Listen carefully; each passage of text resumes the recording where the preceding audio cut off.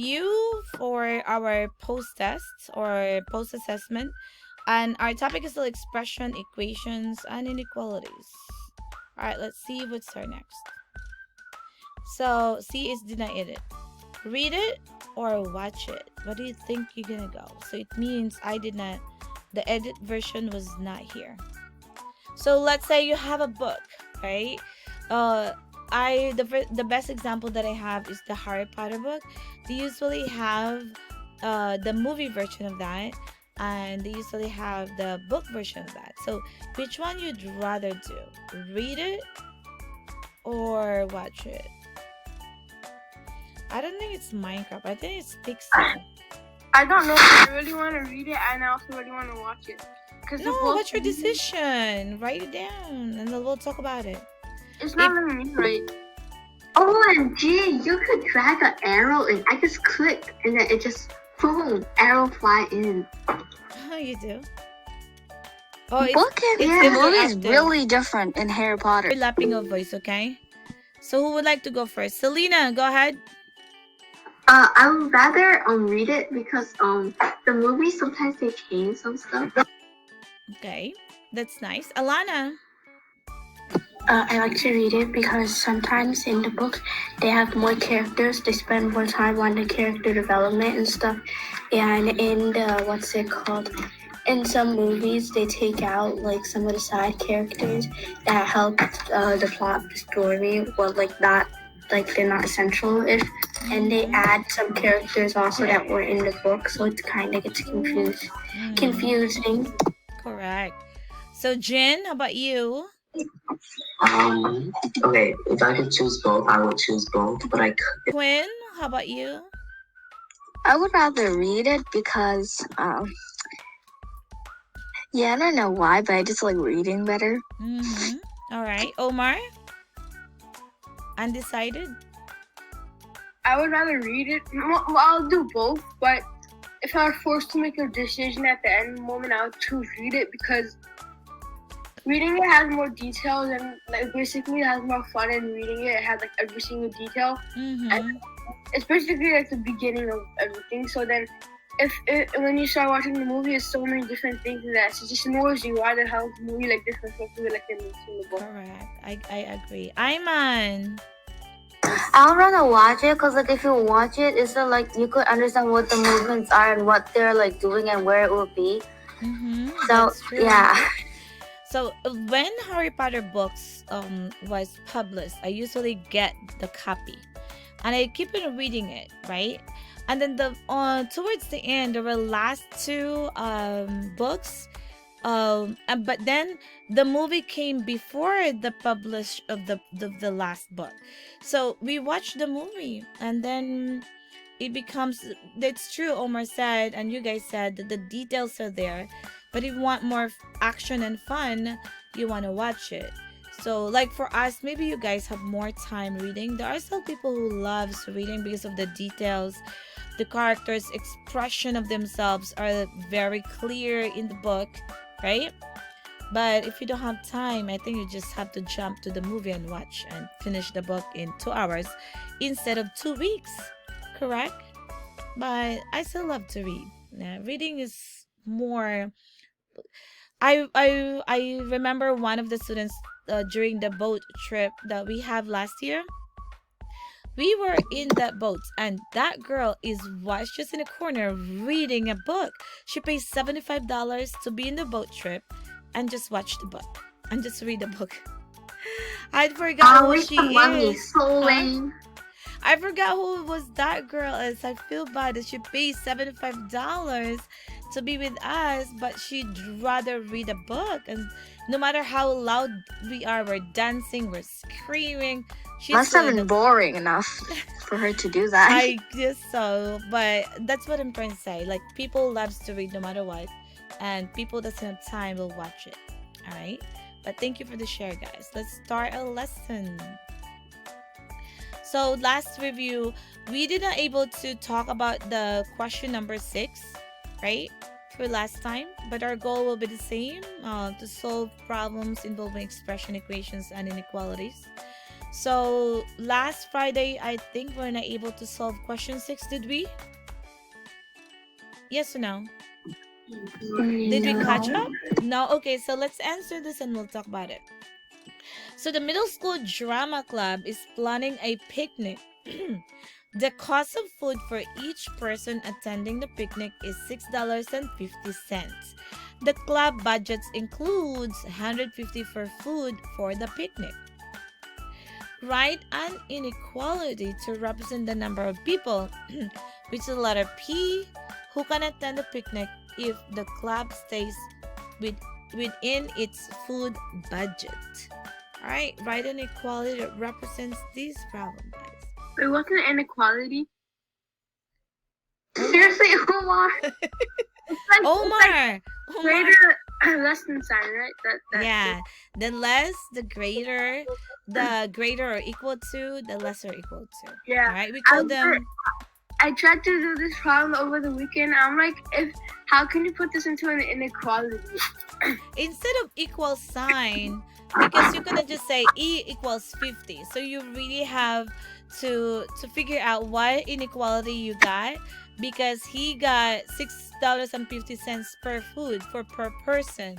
They only have $150 budget. So how could you make like a statement using inequality to represent the situation? So let's see what you guys could get. 1 minute. Repeat it again. So the middle school drama club is planning to have a picnic. The cost of food for each person attending is $6.50. The club budget includes $150.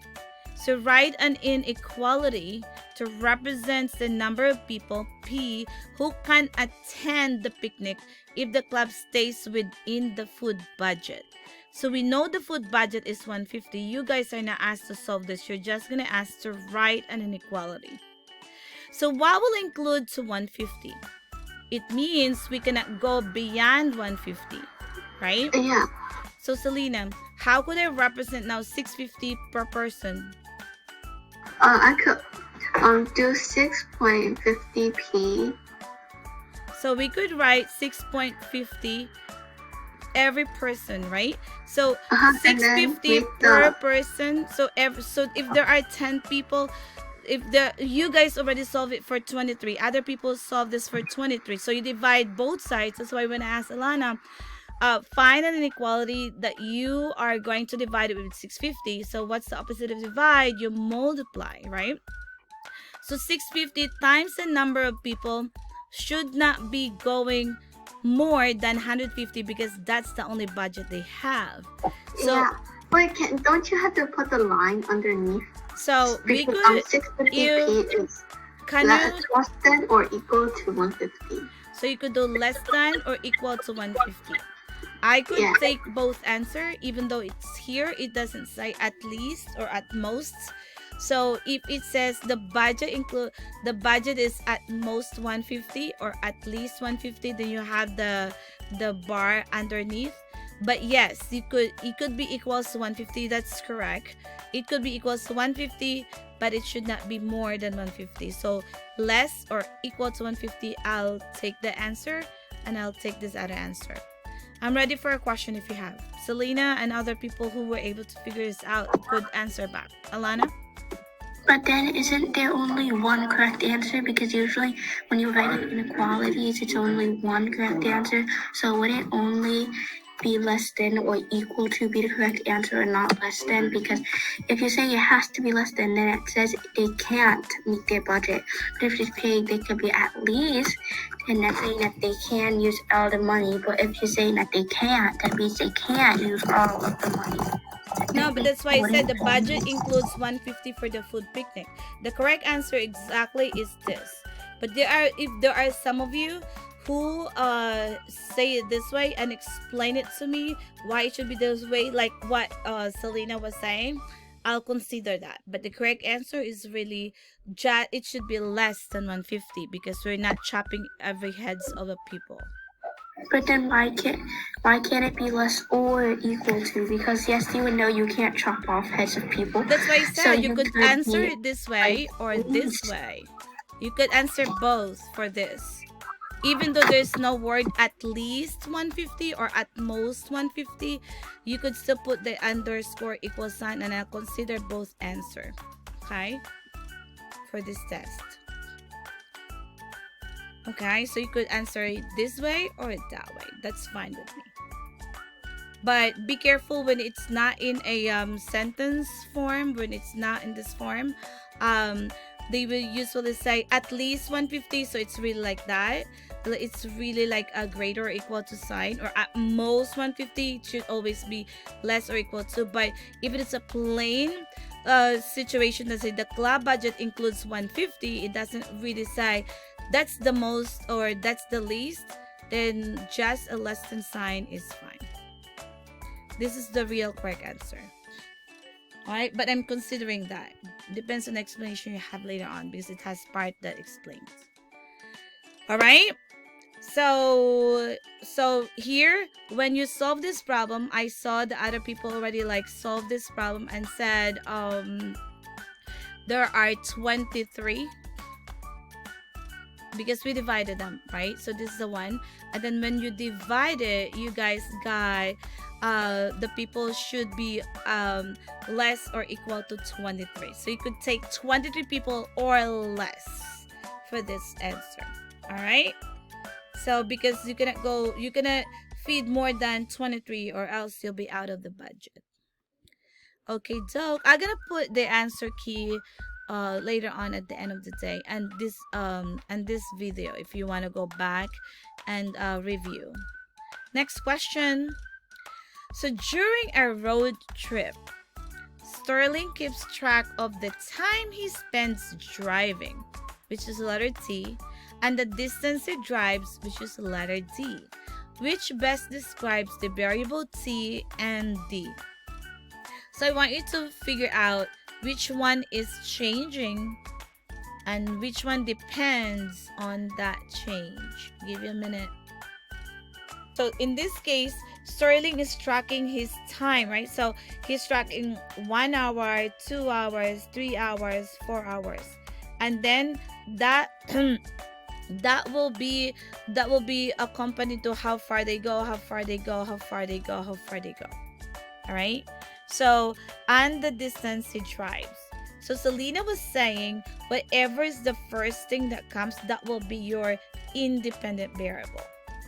Okay? That's true to Selena, but in his situation, his first is the time, and then he did the distance. All right? So in this case, the A will not be, D will not be our independent variable. That will be our dependent variable because it depends. That depends on the amount of time spent in driving. But is it a D because can't they both be dependent? Because yes, D would depend on T, but then the time, like they do a certain distance, which would depend on the time. I know, but that would then the time would depend on the speed that he's driving. Wait, stop. No overlapping of voice. Alana, go ahead. But sure, like the D depends on the time, but the time that it takes depends on the speed that he's driving, because if he's driving at 20 miles per hour, it's gonna take a lot longer than someone driving at 80 miles per hour, so can't they both be dependent? But then the problem doesn't say anything about the speed. It's just on two variables, that is time and distance. So the time and distance. So you could say that both variables are dependent to each other. That is also correct. But in this situation, it only depends on the time, how much time they spend traveling. That will tell them how far they go. That's why she's not tracking on the distance. So maybe on 1 hour, maybe he's driving 60 miles per hour. So you already know that he's driving 60 miles every hour. So now he said, oh, it's 1 hour. I'm on 60 miles. I'm just right by New Jersey. Oh, I'm already driving 2 hours. That's already like 120 miles. I'm by Pennsylvania. Something like that. All right. So Selena was correct when in this situation, you look what is the first thing that's being asked. and most likely it's gonna be our independent variable. All right. Listen, this kind of question will be exactly almost the same on the questions that we have. Just figure it out, okay? We'll see what we could do in the test. B is our correct answer. All right. Well, guys, you're gonna learn more about dependent and independent variable in 7th grade. They focus more on that. For us, it's like a slide trip to understand this. You're gonna understand deeper this kind of problem when you go 7th and 8th grade. Okay. Let's go to our next lesson. Our next question, I mean. Question number 8. A store is collecting bottled water of 2 different organizations. Half of the bottles of water collected are given to the local high school band. Complete the table to show the number of bottles of water, letter B, that are given to the band when C, bottles are collected in total. Give you a minute. It's gonna be here, Selena. Go ahead, jump in. Okay, yay, I'm famous. Okay, so the pattern of this table is divided by 2. So then I put C as 10 and then B as 5. C 14 and B 7, C 18, B 9, and then C 22 and B is 11, and then C 26 is B 13. How do you know? Actually, what you've said is not a pattern. You said that is a rule. But how do you figure that out? Because I took a look at 26 and 13, and then I saw that they were doubles, so then I know that you have to divide by 2, so then I just did that for the other numbers. So for B5, I just took 5 and multiplied it by 2 to get an answer of 10 for C. Okay. And then I repeated that. Mm-hmm. Is there anybody else a different way of finding an answer for this table? Alana. I got the same answer as as Selena, but I found the pattern also because like I knew you had to divide C divided by 2 equals B, but the pattern would be C. It always is plus 4 for each column because the first column would be 10, the next is 14, and 18, and 22, and 26. But then for B, it's always plus 2 because it starts at 5, then it goes to 7, then it goes to 9, then it goes to 11, then it goes to 13. So and that would be proof because 4 is 2 is half of 4, and C divided by 2 equals B. So that would be, it's like the corresponding pattern would also affect the rule. So you use pattern.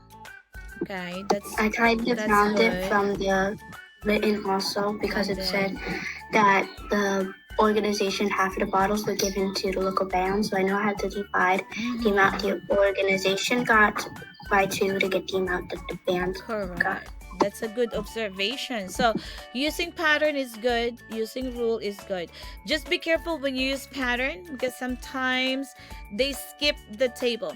All right, like for example, they skip, instead of 14 they put 16, or they skip that. So be careful in your pattern that your pattern will always be the same interval.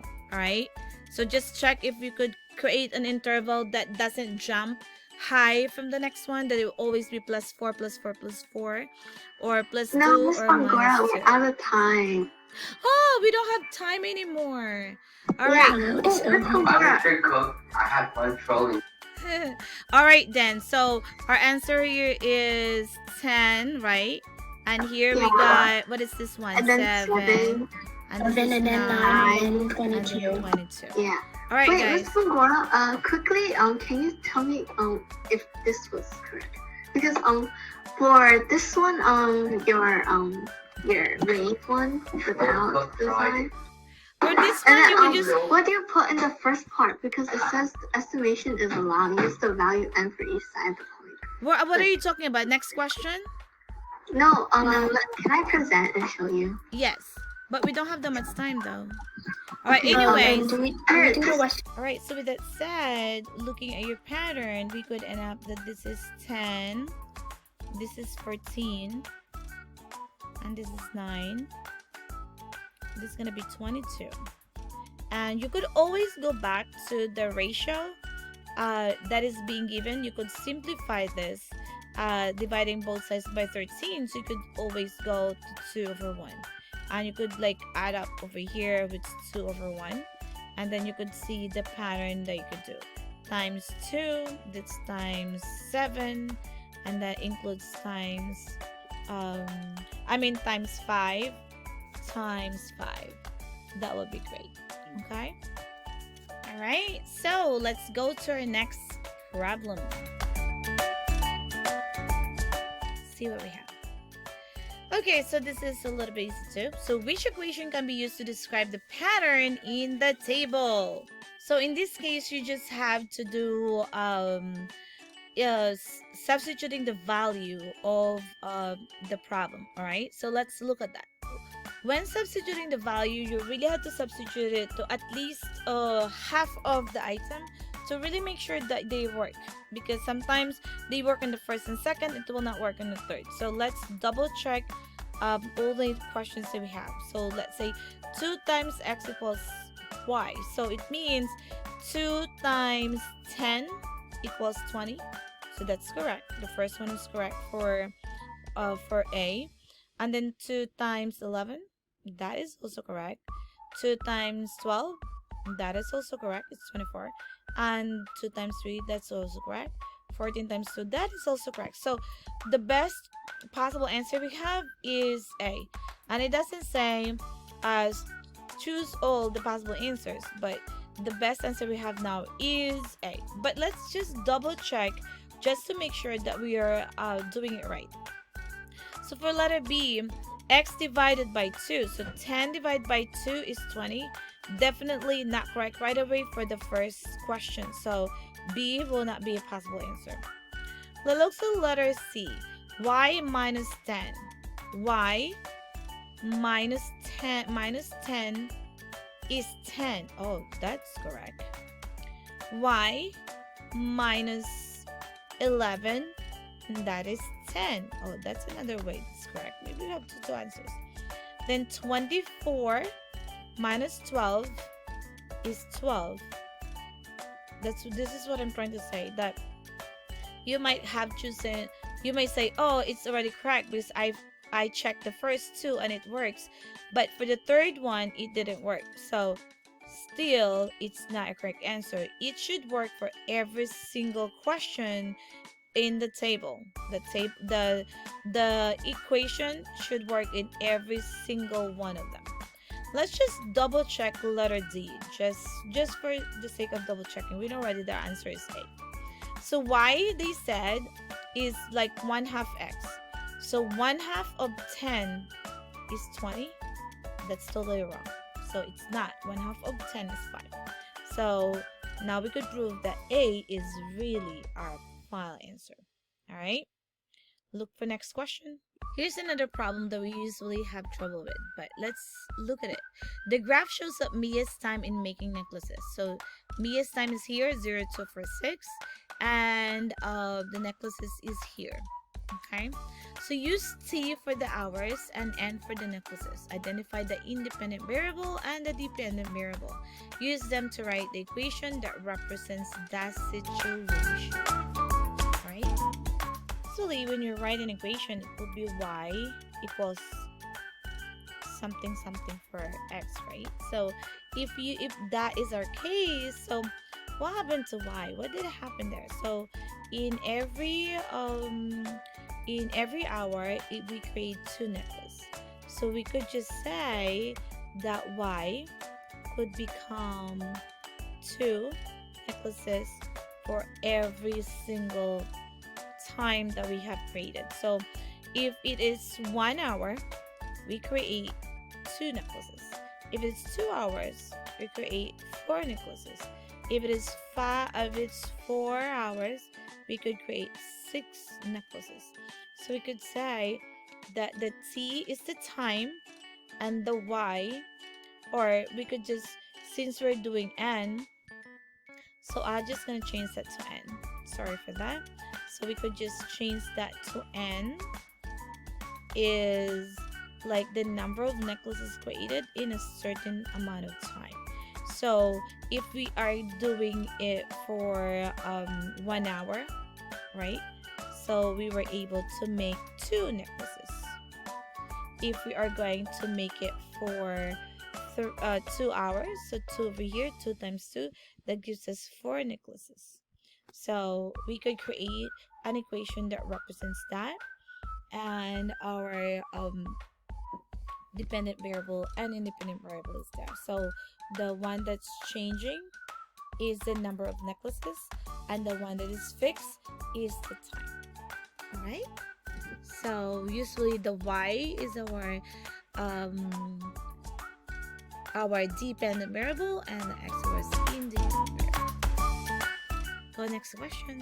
So for this one, what is the value of x in the equation if the equation is x minus 3/4 equals 5 and 1/6?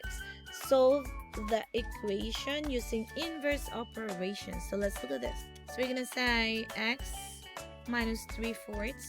Let's just do inverse operation because that is what being asked for us, okay? So equals 5 and 1/6. So we know inverse operation we usually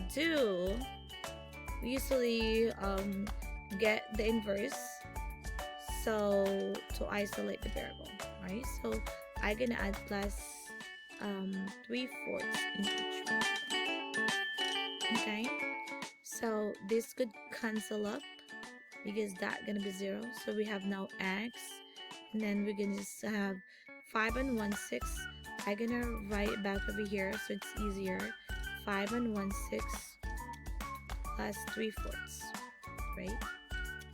There are many ways you could do this, or it's up to you which one is an easy way for you to do. So usually when we add, we could add in the mixed number the whole numbers, and we could add the fractions. So in this case, we have a denominator of, I could just put this 5 over here, and the least common denominator between 6 and 4 is 12, right? If I make that 12, so if I gonna make that 12, so I gonna multiply this by 2 to make it 12, correct? So I could also multiply this by 2, right? Multiply by 2. So 1 times 2 gonna get 2. To make this denominator 12, I could multiply it to 3. So I gonna multiply this to 3, so that becomes 9. So now we end up with 5 and 7 and 9 and 2 is 11 and 12. So can we simplify it more? No more, because 11 and 12, 11 is already not divisible by 12, nor 12 is divisible by 11. So this is our answer for this problem. So 5 and 11, 12 is equal minus 3/4 is also equals to 5, 6. Let's do this in other way. All right, let's look at this.